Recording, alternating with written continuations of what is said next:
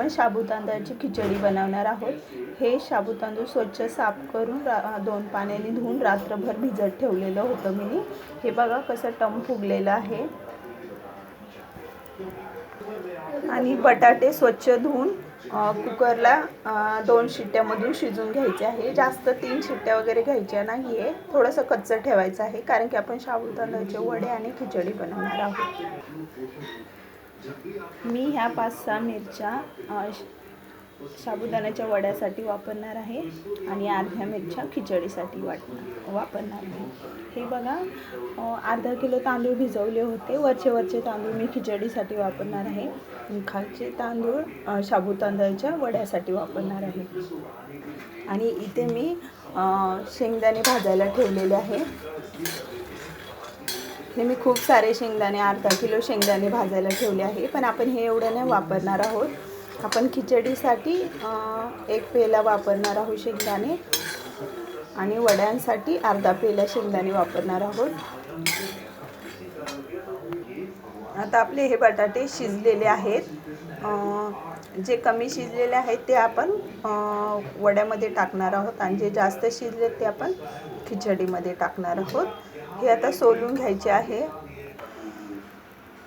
शिजवलेले बटाटे असे कट करून घ्यायचे आहे आणि हे आपले शेंगदाणे भाजून झालेले आहे। थोडे मिक्सरमध्ये बारीक करायचे, साल वगैरे काढून, किंवा तुम्ही खलबत्त्यामध्ये पण कुटून घेऊ शकता।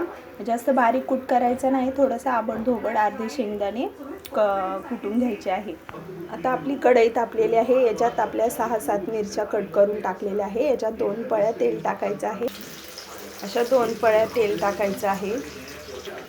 खलबत्त्यामध्ये शेंगदाणे कुटून घ्यायचे आहे। हे तुम्ही साली काढून पण न कुटू शकता, मी विदाऊट साली असे साली सकट कुटून घेणार आहे। इकडे आपली मिरची व्यवस्थित फ्राय झालेली आहे।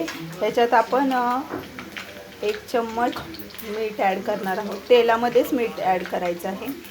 तुमच्या चवीनुसार मीठ टाकायचं आहे। तुमचा बटाटा कच्चा असेल तर तुम्ही मिरची फ्राय झाल्यावर बटाटा थोडासा फ्राय करू शकता, पण माझा बटाटा व्यवस्थित शिजलेला आहे, त्याच्यामुळे मी डायरेक्ट शाबू ॲड केलेले आहे मिरची, तेल, मीठमध्ये, आणि ते व्यवस्थित बारीक गॅस करून हलवून घ्यायचं आहे। जास्त फास्ट गॅस ठेवायचा नाही आहे आणि बारीक गॅस करून थोडंसं झाकून ठेवायचं आहे वाफेवरती, किंवा तुम्ही न झाकता पण हलवून शाबू फ्राय करू शकता।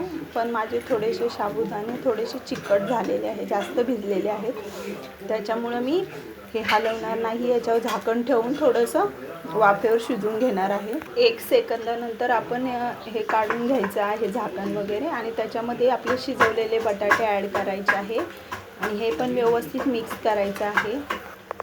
अशा प्रकारे आपण खलबत्त्यामध्ये शेंगदाणे साल काढून कुटून घेतलेले आहे, हे पण आपण ह्याच्यामध्ये ॲड करायचे आहे आणि व्यवस्थित हलवून घ्यायचं आहे। आपली खिचडी मस्त तयार झालेली आहे। हे बघा, ज्यांना दात नसेल ते पण खाऊ शकतात। त्यावेळेस शाबू जरा माझ्याकडनं जास्त भिजवलेले होते, माझ्याकडनं चुकून झालेलं। हे बघा किती छान खिचडी झालेली आहे।